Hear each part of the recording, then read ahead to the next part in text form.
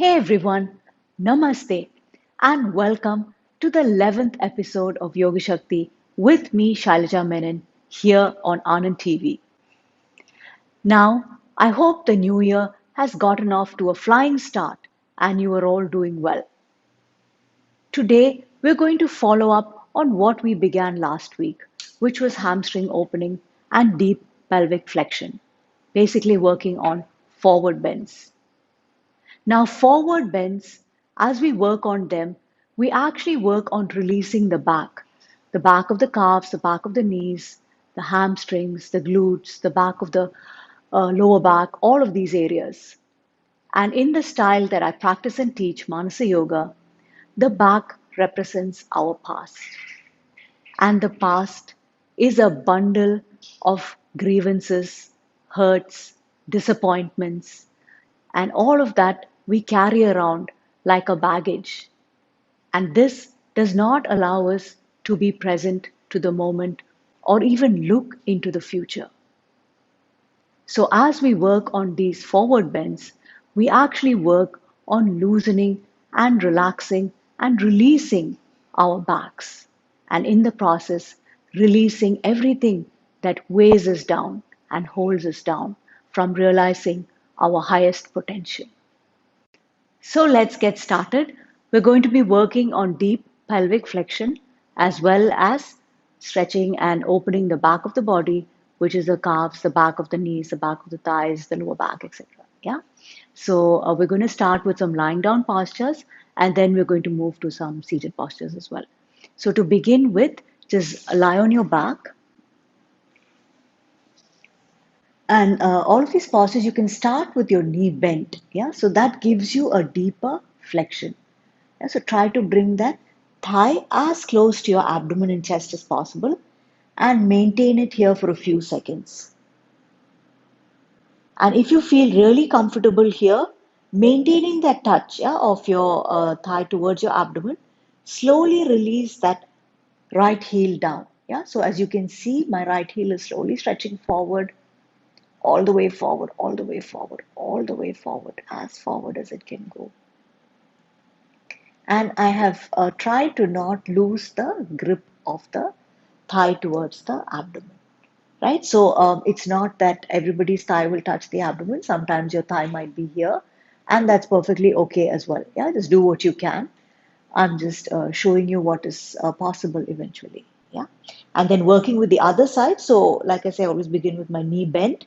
So bring that right thigh close to your abdomen now. Just hold it here for a few seconds, just really feeling that touch of thigh towards your abdomen, or even if it's not touch, even if your thighs here, that's fine. Just doing your best. Knee flexion, hip flexion, just connecting to all of that. And then slowly just releasing the left heel forward. So as you can see, the heel just tries to go forward as much as possible. Strongly contracting your front thigh muscles, the quad, so that the back of your legs can stretch. And holding it here for a few more seconds.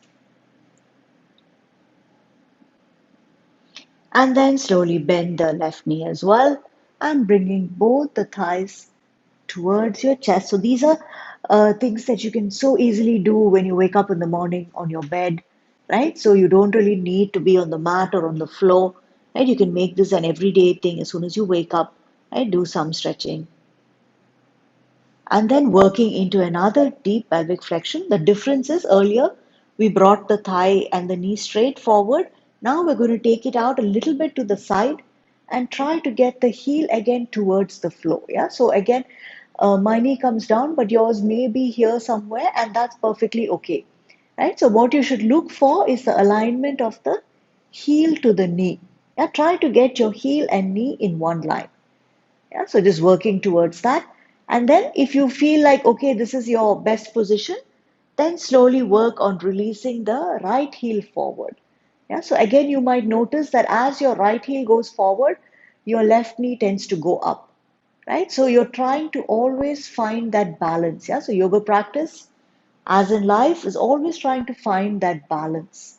Yeah, so then when your right heel goes forward, your left knee goes up, And then maybe you bend your right knee, you try to get your left knee down, right? So then you try to keep that knee down and straighten the right leg. Yeah, so this way we really work on finding that optimum opening and stretch. Just holding it here for a few more seconds and slowly release. Yeah, so keep the knee down, keep the foot down, and then bend the right knee. Again, just work towards getting your right heel and your right knee in one line as you work towards getting that right knee down towards the floor. And then slowly work on releasing that left heel forward. So that same balancing comes into play here. Knee down, heel down. So just working towards that. Working towards both, getting the knee down as well as the heel as forward as possible, the thigh as close to the floor as possible. Just really enjoying that opening, that deep stretch and release that you can feel. And slowly release and working on both. Yeah, so you can just try to get that left knee down as well. Right, so again, all of these positions you can do as soon as you wake up in the mornings on your bed, right? It's a beautiful way to start stretching, opening, releasing. Okay, and then here you can work a little bit. You can shift some weight towards your left side to get that left knee down, right? So again, there are no endpoints, so don't beat yourself up if your knee doesn't touch the floor, right? So just working, these are just directions, just doing your best. Yoga is simply about being present to the moment, to honor your body wherever it is at this point, and to be with it. And slowly release and coming up. Yeah, so just slowly working into down dog. So from here, just palms down, knees bent, and hips going back, front thigh stretching.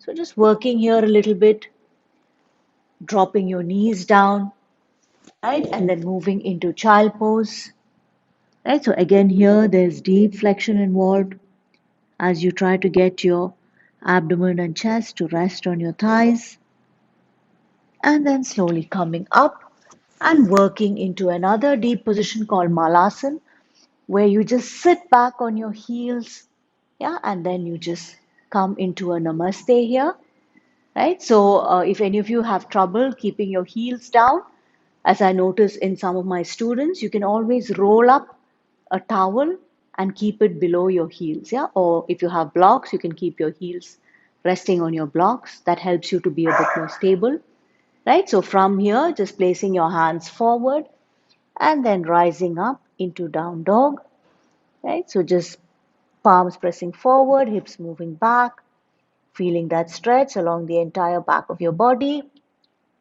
and then dropping your knees down, moving into a deep pelvic flexion, into child pose, arms stretching forward,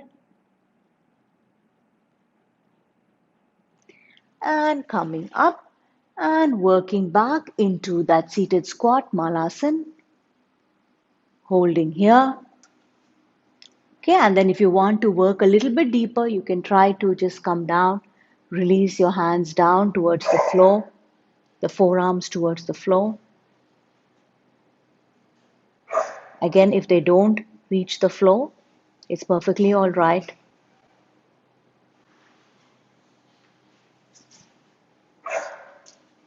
And back into down dog. Okay, and then now we're going to move into the last round. Drop your knees down, move into child pose or balasana, and then from here, rising up, press down through your toes, walking your hands back into Malasana, the deep-seated squat, or bringing your forearms down. And from here, rising up into downward facing dog, Adho Mukha Svanasana,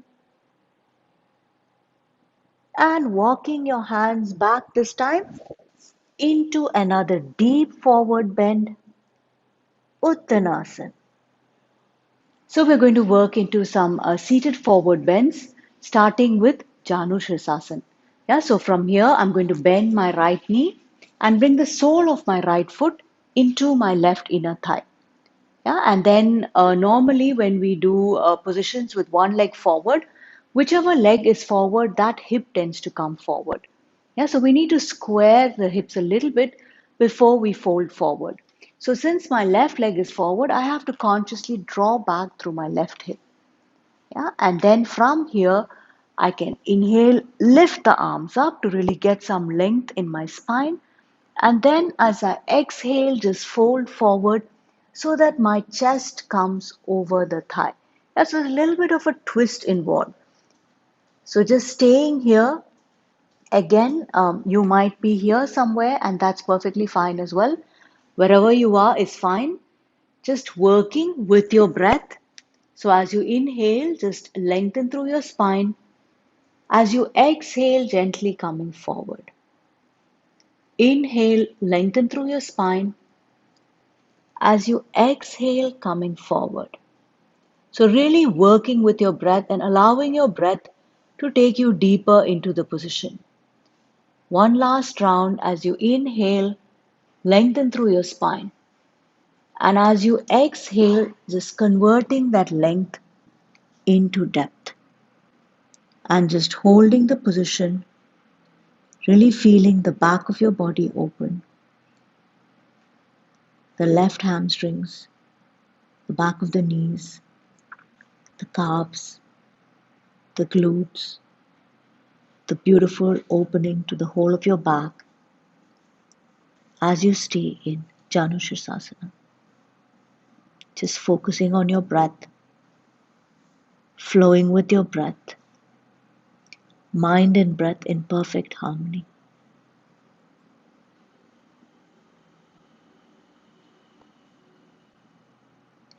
Yeah, and then slowly as you inhale, rising up, as you exhale, release. Yeah, from here, I'm just going to take my leg back, working into a little bit of a hip opening. Yeah, so as you take the hip back, I'm just going to move a little bit so you can see it. Try to make sure that this left hip as well grounds into the floor. Yeah, so usually if we have tight hips, then we'll be sitting a little bit like that. Yeah, and in that case, we can use a block. Yeah, you can use a block below the right butt, and that will help you to square your hips a little bit. Yeah, so if you have open hips, then you will be squared like this with your left thigh grounded into the floor, and then slowly just folding forward, arms forward.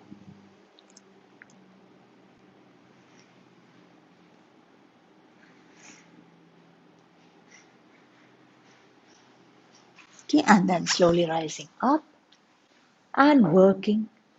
Bring the left leg forward again and working again into Janu Shirsasana, but with a little bit of a twist. We're going to go into a half lotus position. Yeah, so bring that right heel up into your left hip crease. Yeah, so this is the Ardha Padmasana position. And then we're still going into Ardha Padma Pashimothanasana. So as you inhale, lift the arms up.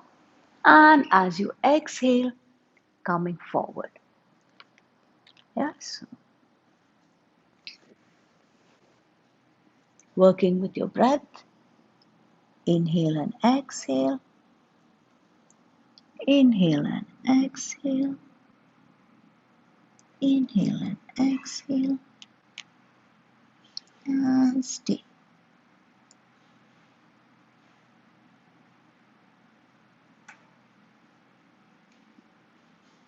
Okay, slowly inhale and rise up. And exhale and release.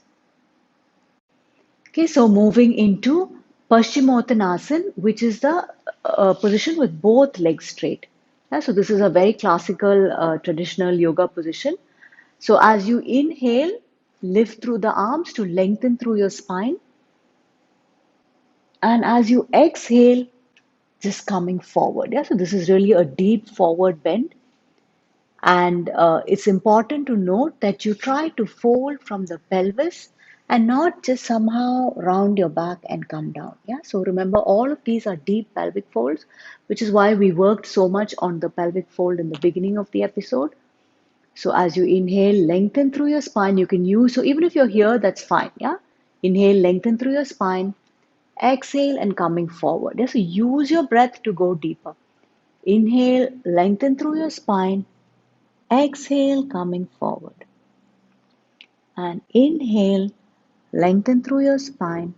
Exhale, coming forward. Yeah, so in all of these positions, there are many different hand positions that you can use.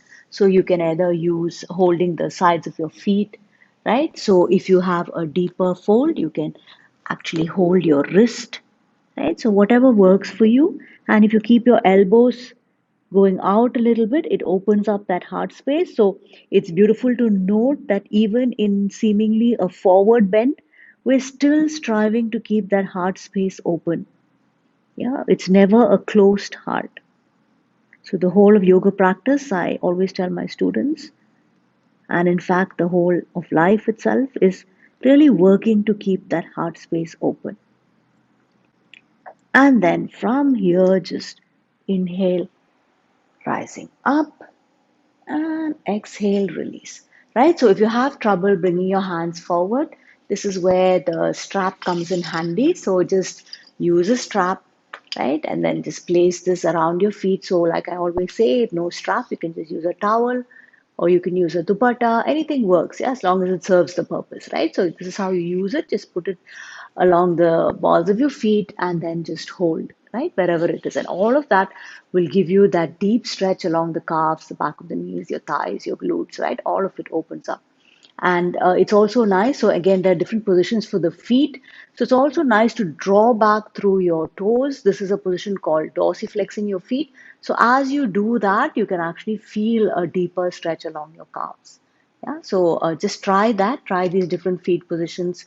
Stretching your feet forward, stretching forward through the front of the feet. That's called plantar flexion. And then just drawing back through the toes. That's dorsiflexion. So all of that affects your calves differently. Yeah, so we're working now on the same sequence in the other side. So we work on bringing the left leg in. Yeah, so working with Janu Shirsasana, that was the first position that we started with. The sole of your left foot against your right inner thigh, right? And like I was mentioning, that usually whichever leg is forward, that hip will also naturally come forward. So before we go into the forward bend, we have to draw back a bit through that right hip so that we're already in a little bit of a twist. And then as we inhale and lengthen through the spine and fold forward, we're already twisting a little bit so that your chest actually comes directly over your thigh. Yeah, and then once you're here, you use your breath. Inhale, lengthen, exhale, fold. Inhale, lengthen, exhale, fold. Right, finally, I'm just going to hold the back of my hands. Wherever you are is good. Just stay, just focus on your breath, and just really feel that back of your body open. Just releasing the tight grip of almost sometimes compulsive, obsessive patterns, which actually drag us down. Releasing the tight grip of the past, all the trauma, all the regret, all the disappointments, just releasing all of that with this beautiful deep forward bend. Yeah, and then inhale and rising up. And as you exhale, release. And now working into Kapotasana, right? So we take the right leg, just swing it all the way back. Yeah, so adjust your position here. So try to bring that foot forward as much as you can. But the more forward the leg comes, actually, the harder it is to keep the hip down. Yeah. So you have to try to get, if you notice, if your hips are not quite open, you will be lifting up like this. Yeah. So we're always trying to square. So one option is to sit on a block. Yeah. So you can just take a block and you can just lift up, place it below your butt, and then you will naturally square. Yeah, but if you are quite open and you don't need the block, right, you can just take it out and then just work on bringing your foot forward, right, squaring your hip and coming forward. Yeah, Ekapada Kapotasana, just coming forward, that beautiful deep forward bend coupled with deep hip opening,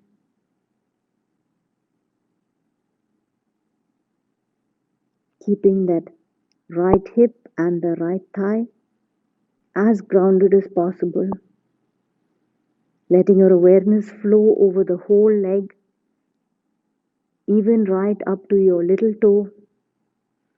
So ensuring that little toe is grounded as well. And slowly rising up. Okay, and then going into the last position in this sequence, bringing the leg forward and working back into Pashimothanasana, yeah, Ardha Padma Pashimothanasana. So bring that left heel up. Yeah, so try to bring the heel as high on your hip crease as possible, right? So you can always keep it here, but working towards getting it up. So that is what helps us eventually when we do the lotus positions. Yeah, so this is the half lotus, and then inhale, rising up, exhale, and fold. Yeah, so again, just wherever you can hold, use your breath, inhale and exhale, use your breath, just connect to your body, deep pelvic flexion, deep hamstring stretch, deep stretch along the back of the knees and the calves, the whole spine released. Release your shoulders, your neck, just release fully.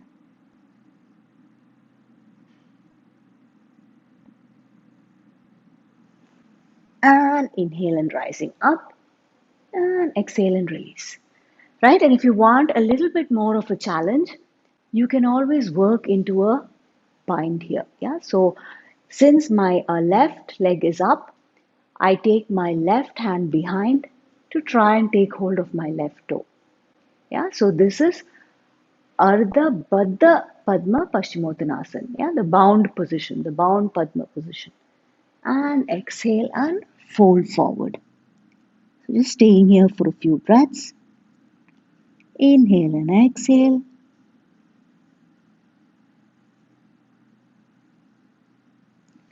And inhale and rising up and release. So this was just something fun and just to infuse some challenge into the practice. Yeah. So if you can't bind, that's perfectly fine. So usually what my students do is use a strap where you can just put the strap around the foot, take your hand back, right? Hold wherever you can, and then fold and come back up. Yeah. All right. Now we move into the next sequence. Okay, so we're just going to work into the last position for this episode, which is Marichi A, yeah, which is a bind position, one of my favorite positions. So this also requires that deep pelvic flexion and beautiful release along the back of your legs. Yeah, so just bend the right knee. So place the right foot on the mat, right? So the important thing here is to try to keep your knee as close to your shoulder as possible. Yeah, sometimes if you're not conscious, right, the knee tends to go out. Yeah, and then it becomes very difficult to bind. So really press down through that inner edge of your right foot.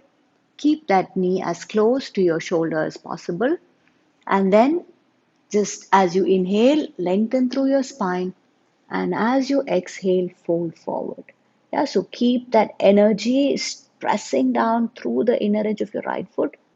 As you fold forward, just find your best position. Again, inhale, arch.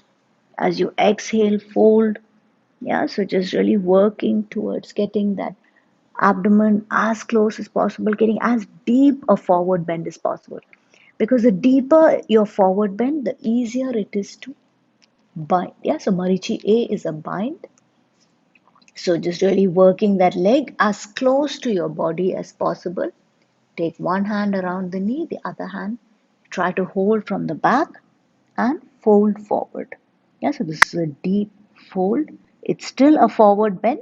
It's just a bound forward bend. Yeah, slowly inhale and rising up and slowly release. Yeah, so changing legs here. So just place that left foot, so keep it slightly away from your body so that it can actually press into your shoulder. Yeah, and then come to the front of your sitting bones, yeah, so that you're already tilted forward. And then as you inhale, lengthen through your spine. As you exhale, fold forward. Inhale, lengthen through your spine. As you exhale, fold forward. Inhale, lengthen through your spine. As you exhale, fold forward.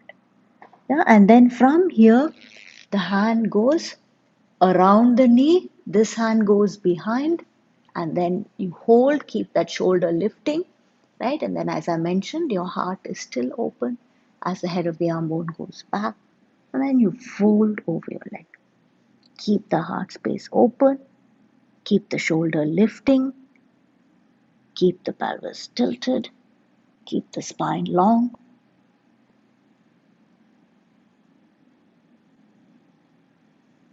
Okay, and then slowly rising up and release. Yeah, so we come to the end of this episode. I'm going to be continuing with the forward bends in the next series as well. And there are many different beautiful variations that we can try. And if we once we get a good forward bend, then we can actually move into many deep positions and many exciting positions like the binds. Yeah. So also going back to the beginning of the episode where we talked about how these are not just about postures and getting deep pelvic tilts and hamstring releases, etc., but really also about releasing our past unhealthy patterns and really being aware of the present, being present, so that we can all move forward into our dazzling future. Yeah, so for that, we need to let go sometimes of the past. Yeah, so namaste and happy practicing, and see you all in the next episode.